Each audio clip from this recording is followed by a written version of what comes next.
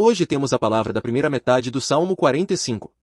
O texto de hoje fala sobre a beleza, o ministério da graça e as bênçãos eternas de Jesus, o Rei Messias que virá a esta terra, fala sobre a guerra espiritual que o Rei Messias, Jesus, trava após ressuscitar e ascender aos céus, e fala sobre o resultado dessa guerra espiritual. Sendo assim, como a palavra nos instrui? Hoje, gostaríamos de aprender sobre isso e compartilhar da graça. Primeiramente, o texto de hoje fala sobre a beleza, o ministério da graça e as bênçãos eternas de Jesus, o Rei Messias que virá a esta terra. Nos versículos 1 e 2 do Salmo 45 do texto de hoje, diz: O meu coração efervesce com palavras boas, profiro o que compus no tange ao rei, a minha língua é como a pena de um hábil escritor. Tu és o mais formoso dos filhos dos homens, a graça se derramou nos teus lábios, por isso, Deus te abençoou para sempre. O meu coração efervesce com palavras boas, profiro o que compus no tange ao rei, a minha língua é como a pena de um hábil escritor. Este primeiro verso é como uma moldura que envolve todo o Salmo 45. O último verso deste Salmo 45, o versículo 17, diz: Farei lembrar do teu nome de geração em geração, por isso, os povos te louvarão para todo sempre, encerrando-se novamente com um louvor dirigido ao rei. O louvor ao rei que começou no versículo 1 alcança sua plenitude no versículo 17. Aqui, a palavra efervesce expressa algo que borbulha e ferve no interior do coração. É como o conteúdo de um caldeirão colocado sobre o fogo, que continua a ferver até que finalmente atinge a borda e transborda para fora. Isso nos revela que, por meio da inspiração do Espírito Santo, uma imagem continuava a encher o coração de Davi, e ele já não podia mais retê-la em seu interior, derramando-a em palavras. Portanto, isso é muito diferente da atitude de alguém que pensa: Hoje vou compor um poema sobre o rei, e vai construindo frase por frase. O que é importante aqui é no que tange ao rei. O que agora preenche e transborda no coração de Davi é a vida, a guerra espiritual, a vitória e a glória de um rei que virá a esta terra. Também a expressão hábil escritor significa um escriba perito, referindo-se a uma pessoa treinada que escreve com extrema rapidez e precisão. Se pensarmos em escribas posteriores, como Esdras, essa imagem se torna fácil de compreender. E a palavra pena aqui refere-se ao estilete de ferro ou à caneta de junco que usavam na época para esculpir letras com precisão em placas de argila, papiros ou pergaminhos. Assim, Davi compara sua própria língua e pena ou caneta nas mãos de um escriba hábil. Sendo assim, quem é aquele que segura essa pena e escreve? Como dito anteriormente, é o próprio Deus Espírito Santo. Ou seja, Davi confessa que, ao compor este grande hino messiânico, não o faz segundo a sua própria vontade, mas está completamente dominado pela inspiração e direção do Espírito Santo, como se estivesse fazendo um ditado. Através disso, Davi demonstra sua humildade, revelando que ele próprio não passa de um instrumento ou pena usada por Deus Pai para registrar a glória de Deus Filho, Jesus. Dessa forma, este versículo nos mostra o estado interior do coração de Davi ao registrar este salmo. Davi, tomado pela inspiração do Espírito Santo, ao contemplar o Rei Messias, Jesus, que viria como seu descendente, sente a inspiração poética a seu respeito encher o seu coração e, finalmente, ser expressa através da língua na linguagem do texto de hoje. Tu és o mais formoso dos filhos dos homens, a graça se derramou nos teus lábios, por isso, Deus te abençoou para sempre. Esta palavra nos fala sobre a beleza, o ministério de graça e a bênção eterna como recompensa concedida a um rei que virá a esta terra. Aqui, tu és o mais formoso dos filhos dos homens, pode ser traduzido literalmente como tu és formoso além dos filhos dos homens, onde a raiz hebraica para formoso é repetida para enfatizar uma beleza extraordinária. Por exemplo, em nossa própria língua, vemos o uso repetitivo da raiz em expressões para intensificar o significado, e o mesmo ocorre aqui. Por isso, a tradução grega da Septuaginta traduz como extremamente formoso. Isso vai além de ser apenas um pouco melhor do que os outros, significa uma beleza excelente e incomparável. No entanto, isso não se refere apenas à aparência física e exterior. Aos olhos do mundo durante o ministério terreno de Jesus, a sua aparência estava longe da figura de um rei majestoso. Pois Jesus nasceu em uma estrebaria humilde em Belém, cresceu em Nazaré e, finalmente, deu o seu último suspiro na cruz em meio a todo tipo de censura e zombaria. Assim, como diz a palavra em Isaías 53, olhando apenas para sua aparência exterior, ele não tinha a figura de um rei que se desejasse. Portanto, a beleza mencionada aqui significa a beleza divina que carrega a glória sagrada de Deus, como a ausência de pecado, a perfeição moral e a sabedoria. Davi, através desta fervorosa admiração, expressa a personalidade e a glória de Jesus, que veio a esta terra vestindo um corpo de carne, sendo incomparavelmente excelente em relação a todos os seres humanos. Também a expressão a graça se derramou nos teus lábios significa literalmente que a graça foi derramada sobre os teus lábios. Isso não significa que o rei proclamou palavras nesta terra segundo a sua própria vontade e coração, mas que Deus derramou a graça abundantemente sobre os seus lábios. De fato, Jesus, em todo tempo e lugar, fez fluir palavras de graça que convertiam os pecadores e ressuscitavam os mortos. Contudo, este versículo não se limita apenas às palavras, mas é também uma expressão metonímica que mostra todo o ministério público de Jesus. Jesus demonstrou muita graça não apenas por meio de palavras de graça, mas também através de seus atos de ministério. Ele esteve com os marginalizados, ajudou-os, finalmente, morrendo derramado em sangue na cruz, concedeu a salvação a todos os que nele creem. Trata-se de uma palavra de graça iniciada nos lábios que se completou no evento de graça da morte na cruz. A palavra seguinte, por isso, mostra a recompensa de Deus para com a beleza e o ministério gracioso de Jesus. Como Jesus é ontologicamente santo e cumpriu perfeitamente a obra de expiação, Deus Pai lhe concedeu uma bênção eterna como recompensa por isso. Essa bênção foi não apenas ressuscitá-lo dentre os mortos, mas fazê-lo assentar-se à direita do trono celestial, conceder-lhe o soberano domínio eterno e fazer com que receba adoração e exaltação de todas as criaturas. Em segundo lugar, o texto de meados de hoje fala sobre a guerra espiritual que Jesus, o Rei, trava ao ressuscitar e ascender aos céus. Nos versículos 3 a 5 do Salmo 45 do texto de hoje, diz: Cinge a tua espada ao quadril, ó valente, veste-te de glória e de majestade. E nessa majestade cavalga prosperamente pela causa da verdade, da mansidão e da justiça, e a tua destra te ensinará coisas terríveis. As tuas flechas são agudas, com elas traspassas o coração dos inimigos do rei. Os povos caem submissos aos teus pés. Cinge a tua espada ao quadril, ó valente, veste-te de glória e de majestade. Agora Jesus, o Rei, não permanece apenas em uma figura bela, mas cinge a espada ao quadril e surge como um guerreiro que marcha para o campo de batalha. Aqui, valente vai além de uma pessoa simplesmente capacitada e significa um guerreiro forte e vitorioso. Esta é a palavra usada em Isaías 9:6 ao profetizar sobre o Messias que viria a esta terra, chamando-o de Deus forte. Agora, o Rei Jesus a quem Davi contempla não é de modo algum um ser indefeso. Quando o Messias Jesus veio a esta terra pela primeira vez, aos olhos das pessoas, ele parecia impotente, e quando esteve na cruz, parecia um rei derrotado. Contudo, a morte de Jesus não foi uma derrota. Jesus ressuscitou ao terceiro dia após ser sepultado, ascendeu aos céus e assentou-se à direita do trono de Deus. E agora, como podemos ver no texto de hoje, ele sai para a guerra espiritual possuindo domínio soberano sobre toda a terra. Ele se coloca como um guerreiro poderoso, assim como na visão de Apocalipse 19, onde surge cavalgando um cavalo branco. A espada que o Rei Jesus cinge ao quadril simboliza a palavra do julgamento justo e a palavra de Deus, que é a verdade. Como diz em Hebreus 4:12. Porque a palavra de Deus é viva, e eficaz, e mais penetrante do que qualquer espada de dois gumes, e penetra até a divisão da alma e do espírito, e das juntas e medulas, e é apta para discernir os pensamentos e intenções do coração. Esta é uma palavra mais afiada do que qualquer espada de dois gumes. Cingir tal espada ao quadril significa estar completamente armado para ir à guerra. Ou seja, Jesus avança trazendo consigo a poderosa arma chamada palavra para destruir as forças do pecado, da morte e de Satanás.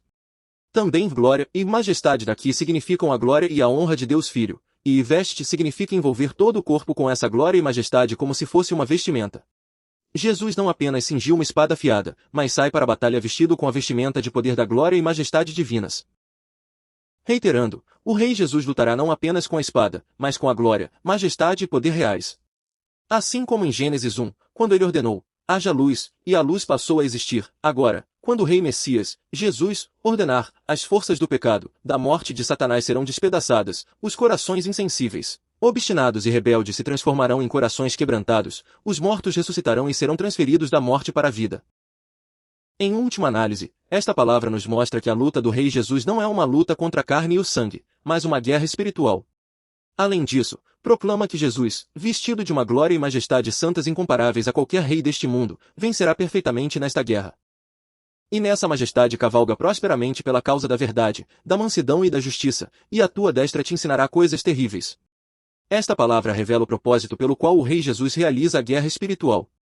Primeiro, a verdade aqui significa a fidelidade de Deus ao seu amor aliançado. Deus fez uma aliança de redenção desde a eternidade e tem trabalhado fielmente para cumpri-la. E, na plenitude dos tempos, segundo essa aliança, enviou o seu Filho unigênito para morrer derramado em sangue na cruz, perdoando os pecados e salvando a todo aquele que nele crê. Ou seja, o propósito de Jesus ao realizar a guerra espiritual é precisamente testemunhar e proclamar a todo o mundo este amor fiel da aliança de Deus. Segundo, a mansidão aqui é a santa humildade de Deus manifestada no processo de realizar a salvação. Deus é aquele que, apenas por seu poder e ordem, poderia destruir de uma só vez as forças do pecado, da morte e de Satanás, e salvar o seu povo escolhido desde a eternidade. Contudo, se Deus, sem qualquer preço de perdão pelo pecado, declarasse apenas por seu poder que os pecados de fulano sejam apagados, e o salvasse, isso seria um ato arrogante que desrespeitaria profundamente a lei e a ordem. Assim, Deus escolheu um meio justo e humilde. Fazer o seu Filho unigênito morrer derramado em sangue na cruz para pagar o preço dos pecados de toda a humanidade.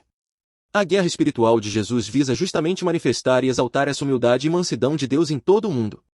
Terceiro, a justiça aqui refere-se à justiça de Deus gratuitamente concedida àqueles que creem no mérito do sangue de Jesus Cristo. Ou seja, o propósito de Jesus ao realizar a guerra espiritual é conceder essa justiça de Deus como um presente ao seu povo escolhido desde a eternidade. Também a palavra cavalga significa a imagem de montar em um cavalo ou carruagem para ir ao campo de batalha. Agora Davi clama ao Rei Jesus para que monte no poder divino e na majestade como se fosse em um carro de guerra e avance destemidamente rumo à vitória. Esta é uma expressão poética do avanço glorioso de Jesus para expandir o reino de Deus. A destra do rei simboliza o poder divino de Jesus, e coisas terríveis não simbolizam um simples pavor, mas obras admiráveis que despertam um temor santo no coração humano. A expressão te ensinará carrega o sentido de atirar flechas ou fazer chover, mostrando duas obras que o poder de Jesus realiza no mundo. Primeiro, Jesus executa um julgamento de justiça inevitável contra as forças do pecado, da morte e de Satanás, como quem atira flechas. Por causa disso, as forças do inimigo sentem um pavor irresistível diante do poder avassalador de Jesus e se dobram sobre os joelhos. Por outro lado, para o seu povo que anseia pela verdade, humildade e justiça, Jesus derrama uma graça de salvação irresistível, como a chuva mansa que cai sobre a terra seca. Com isso, o povo de Deus, escolhido desde a eternidade, também se rende em santo temor, assim como a grama da vida brota na terra seca quando chove, a graça de Deus e a vida da salvação transbordarão sobre toda esta terra. Afinal, o propósito supremo da guerra espiritual é derrubar o domínio do pecado, da morte e de Satanás, libertar o povo de Deus que gemia sob essa opressão e fazê-lo voltar para Deus, estabelecendo e expandindo o reino de Deus em sua plenitude. As tuas flechas são agudas, com elas traspassas o coração dos inimigos do rei, os povos caem submissos aos teus pés. Esta palavra mostra vivamente a cena solene e majestosa do rei Jesus lutando no campo de batalha espiritual contra os inimigos. A flecha aqui refere-se a uma flecha poderosa disparada de um arco, simbolizando a palavra do julgamento justo proclamada pelo Rei Jesus e o poderoso poder do Evangelho que transforma as almas. Aqui também, inimigos e povos possuem um duplo significado. O primeiro refere-se às forças malignas do pecado, da morte e de Satanás que se opõem a Deus. O segundo refere-se a nós, seres humanos, que vivíamos essencialmente como inimigos de Deus sob a sua ira por causa do pecado após a queda no Jardim do Éden. Portanto, quando o Rei Jesus dispara as flechas, aqueles que são atingidos no coração e caem por terra são tanto as forças de Satanás quanto nós mesmos, que vivíamos nos opondo a Deus.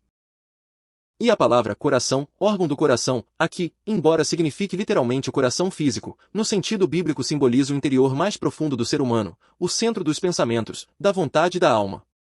Por isso, dizer que as flechas do rei traspassam certeiramente o coração do inimigo significa que o poder e a palavra do Rei Jesus penetram sem o menor erro no centro mais profundo da alma do inimigo, golpeando-o com poder. Se a flecha da palavra disparada pelo Rei Jesus traspassar o coração do pecado, da morte e de Satanás, o poder do inimigo que nos oprimia será totalmente destruído e despedaçado. Por outro lado, se essa flecha traspassar o coração de nós, seres humanos, que vivemos desobedecendo a Deus desde o Éden, o nosso espírito insensível e rebelde será totalmente quebrado e moído como pó. Pois, como diz a palavra em Hebreus, a palavra de Deus é viva e eficaz, e penetra até o mais profundo do coração humano, dividindo juntas e medulas. Por exemplo, isso é semelhante ao que aconteceu no Pentecostes, quando Pedro proclamou com ousadia a morte na cruz e a ressurreição de Jesus, e a multidão que ouviu aquela palavra do Evangelho compungiu-se em seu coração e se arrependeu. Dessa forma, o Evangelho de Jesus quebra e destrói completamente o nosso coração humano rebelde e obstinado. Por causa disso, naquele momento, as correntes do pecado, da morte e de Satanás que oprimiam a nossa alma são todas quebradas, e o nosso coração rebelde que se opunha a Deus se dobra totalmente diante de Jesus. A expressão caem submissos também possui dois significados muito importantes do ponto de vista da salvação. O primeiro é a ruína e derrota eterna das forças do pecado, da morte e de Satanás que se opõem a Deus até o fim. O segundo é a rendição gloriosa e prostração em adoração do povo de Deus que aceita com humildade o mérito do sangue de Jesus Cristo. Por exemplo, quando evangelizamos, se os nossos olhos espirituais se abrirem para ver o mundo espiritual, naquele exato momento Jesus está disparando flechas em direção às pessoas. Nós podemos ser considerados o arco nas mãos de Jesus, e o evangelho que sai da nossa boca é a flecha que traspassa o coração do ser humano corrompido e caído. Jesus nos usa como instrumentos para disparar as suas flechas. Então, naquele momento, as forças do pecado, da morte e de Satanás que oprimiam aquela pessoa se rendem e caem, e o coração de incredulidade e dúvida que se opunha a Deus é totalmente despedaçado, prostrando-se diante de Jesus em rendição e adoração. Por fim, o texto de hoje nos fala sobre o resultado da guerra espiritual realizada pelo Rei Jesus. Nos versículos 6 a 8 do Salmo 45 do texto de hoje, diz: O teu trono, ó Deus, é eterno e permanente, o cetro do teu reino é um cetro de equidade. Tu amas a justiça e odeias a impiedade, por isso Deus, o teu Deus, te ungiu com óleo de alegria, mais do que aos teus companheiros. Todas as tuas vestes exalam aroma de mirra, aloés e cássia, em palácios de marfim os instrumentos de cordas te alegram. O teu trono, ó Deus, é eterno e permanente, o cetro do teu reino é um cetro de equidade. Esta palavra contempla o reino do Messias, o reino de Deus e o seu domínio soberano eterno que serão estabelecidos através da vitória perfeita na guerra espiritual. Traduzindo literalmente o teu trono, ó Deus, é eterno e permanente, significa, ó Deus, o teu trono é eterno. Até agora, Davi vinha chamando o Messias de rei. Contudo, subitamente ao chegar ao versículo 6, tomado por uma emoção avassaladora do Espírito Santo, ele clama para aquele rei, ó Deus. Isso nos revela que o Messias Jesus, que viria como seu descendente, não era um mero herói humano proeminente ou um rei secular, mas o Deus Filho, possuidor da natureza divina em sua essência. Esta confissão maravilhosa é testemunhada com ainda mais poder no Novo Testamento.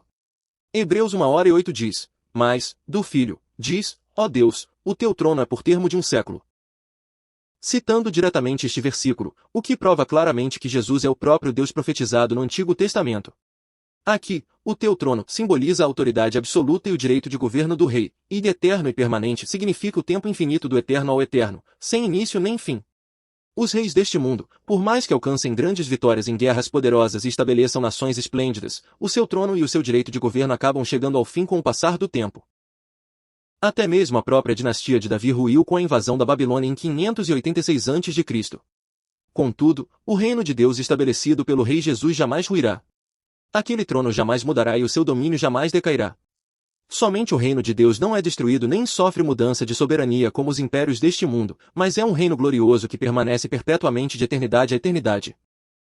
E a frase que o cetro do teu reino é um cetro de equidade mostra o princípio de governo de Jesus, que governa com perfeita justiça. Aqui, o cetro é o bastão de comando que o rei segura em suas mãos, representando o direito de governo do rei juntamente com o modo e o princípio de governar a nação.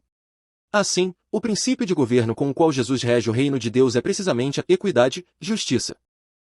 A palavra equidade aqui significa plano, reto, sem parcialidade, referindo-se a uma justiça perfeita que não se curva nem se distorce minimamente. Por exemplo, o cetro dos reis deste mundo curva-se para os seus próprios interesses egoístas e está manchado de corrupção, ganância e uso parcial do poder. Porém, o cetro do rei Jesus é um cetro reto, sem a menor parcialidade. Na verdade, o modo de governo de Jesus é a própria equidade e justiça perfeitas. Por isso, no reino de Deus governado por Jesus não existe qualquer injustiça, atalho ou ressentimento, mas é pleno e transbordante apenas da imutável justiça, misericórdia e graça de Deus. Em última análise, esta palavra proclama a todo o mundo a eternidade do reino de Deus em contraste com as nações perecíveis do mundo ou poderes seculares, bem como a soberania absoluta e o governo justo do Rei Jesus. Tu amas a justiça e odeias a impiedade, por isso Deus, o teu Deus, te ungiu com óleo de alegria, mais do que aos teus companheiros. Esta palavra resume e revela o ministério público de Jesus e a sua imagem de proclamar o Evangelho através da guerra espiritual após ressuscitar e ascender aos céus. Aqui, tu amas a justiça, significa que o próprio Jesus se alegra na justiça de Deus que ele realizou na cruz, e a testemunha e proclama a todo o mundo. Há 2000 anos, Jesus morreu derramado em sangue na cruz, e com isso, perdoou todos os pecados daqueles que nele creem e os declarou justos gratuitamente, completando a justiça de Deus. E não apenas isso, mas após ressuscitar e ascender aos céus, envia o Espírito Santo a nós, os que cremos, revestindo-nos dessa justiça de Deus e salvando-nos, alegrando-se em nos guiar ao reino de Deus. Por outro lado, odeias a impiedade sintetiza a poderosa vontade de julgamento de Jesus contra os seus inimigos, mostrando que ele jamais deixará impunes as forças do pecado, da morte e de Satanás, mas certamente as derrubará e destruirá. A frase seguinte, por isso Deus, o teu Deus, mostra a relação entre Deus Pai e Deus Filho. No versículo anterior, Davi chamou o rei Jesus de ó Deus, mas agora menciona Deus Pai, que estabelece aquele rei e o unge. Isso revela o mistério profundo do Deus Trino. Jesus é Deus em sua essência, mas ao mesmo tempo se coloca como o Deus Filho, que serve a Deus Pai como seu Deus e obedece perfeitamente à sua vontade. O ato de ungir com óleo aqui é o penhor de que Deus estabeleceu Jesus como um rei especial e reconheceu publicamente o seu poder real, sendo também a cena em que abençoa Jesus, que regressa vitorioso da guerra espiritual. Aqui, óleo de alegria significa literalmente óleo de júbilo e celebração. Na sociedade antiga, a unção com óleo era realizada na cerimônia de coroação de um rei ou em banquetes de especial alegria. O mesmo se aplica aqui. A unção com óleo aqui simboliza a maior alegria, a glória eterna e a bênção divina concedidas a Jesus, que retorna vitorioso da guerra espiritual. E os companheiros aqui se referem aos santos que participaram da guerra espiritual juntamente com o rei, e mais do que aos teus companheiros significa que ele foi elevado e exaltado acima de todos os seus companheiros. No entanto, o fato de Deus ter derramado o supremo óleo de alegria não sobre os santos que participaram juntos da guerra espiritual, mas exclusivamente sobre o Rei Jesus, nos desperta precisamente para a essência da guerra espiritual. Ou seja, a vitória do santo sobre as forças de Satanás não se deve de forma alguma à capacidade ou mérito do próprio santo. Pelo contrário, todas as vitórias de nós, santos, estão enraizadas no mérito do sangue de Jesus Cristo, que venceu decisivamente há 2000 anos morrendo derramado em sangue na cruz, e dependem do Senhor que pessoalmente realiza a guerra espiritual hoje. O santo está apenas participando da guerra do rei como um instrumento usado para a proclamação do Evangelho. Isso é idêntico ao que Paulo confessa em 1 Coríntios 3:7. Por isso, nem o que planta é alguma coisa, nem o que rega, mas Deus, que dá o crescimento. Dessa forma, aquele que ressuscita os mortos e realiza a obra da salvação é unicamente o Rei Jesus. Portanto, é justo que toda a glória da vitória e o derramamento do óleo de alegria recaiam não sobre os santos que participam da guerra espiritual, mas unicamente sobre o Rei Jesus. Todas as tuas vestes exalam aroma de mirra, aloés e cássia, em palácios de marfim os instrumentos de cordas te alegram. Esta palavra descreve o banquete festivo de vitória e alegria preparado para o Rei Jesus, que retorna trazendo a vitória completa após o término da longa guerra espiritual. No Antigo Oriente Próximo, o rei e os soldados que retornavam de uma batalha feroz vinham cobertos de poeira, sangue e suor, com a pele gretada e ferida. Por isso, ao retornarem vitoriosos, a família real e o povo organizavam uma grande festa de vitória para acolhê-los. Primeiro, após lavarem o corpo, derramavam abundantemente sobre a cabeça e o corpo um óleo perfumado feito de azeite misturado com mirra, aloés, cássia e outras especiarias. Este era um ato de cura e hospitalidade para tratar a pele ressecada e transformar o cheiro de sangue e suor em um suave perfume. Ao mesmo tempo, era mais alta honra declarada publicamente diante de todo o povo: o Senhor é o grande vencedor e o convidado de honra mais precioso desta festa. E, simultaneamente, era um sinal sagrado declarando que a era da aflição, da guerra e da tristeza havia terminado, e que a era da alegria finalmente havia chegado. Assim, o texto nos mostra a maior hospitalidade e o glorioso banquete de vitória oferecidos a Jesus, que retorna após concluir a guerra espiritual. A expressão em palácios de marfim os instrumentos de cordas te alegram confirma ainda mais claramente a alegria dessa festa. O Palácio de Marfim refere-se ao palácio real mais suntuoso e imponente daquela época. Isso simboliza o palácio real do glorioso reino de Deus, onde Jesus entra vitorioso após passar pelo sangrento campo de batalha. Além disso, os instrumentos de cordas não são o som áspero das trombetas de guerra ou os gritos de morte, mas o som de harpas e liras que ressoam por todo o palácio celebrando e louvando a vitória. Esses sons de instrumentos de cordas majestosos e belos enchem todo o palácio real. E a expressão te alegram mostra vivamente o júbilo do banquete de vitória, onde todos os anjos dos céus e o povo salvo acolhem o rei com louvores ao receberem aquele que cumpriu a guerra espiritual. Contudo, isso se aperfeiçoará futuramente na festa das bodas eternas, onde o rei, como noivo, e a rainha, como noiva, isto é, a igreja, corpo do Senhor, desfrutarão juntos da alegria. Ó Deus, o teu trono é eterno e sem fim. Jesus! Obrigado. Muito obrigado. Eu te amo. Cremos que o Senhor é o Messias que veio a esta terra há 2000 anos e nos salvou morrendo derramado em sangue na cruz, e ao Deus Filho, o Rei Eterno que hoje continua a travar a guerra espiritual para nossa salvação. Abençoa-nos para que, crendo nisso e sendo gratos, sejamos daqueles que entram no reino dos céus de glória eterna. Abençoo e oro em nome de Jesus. Amém.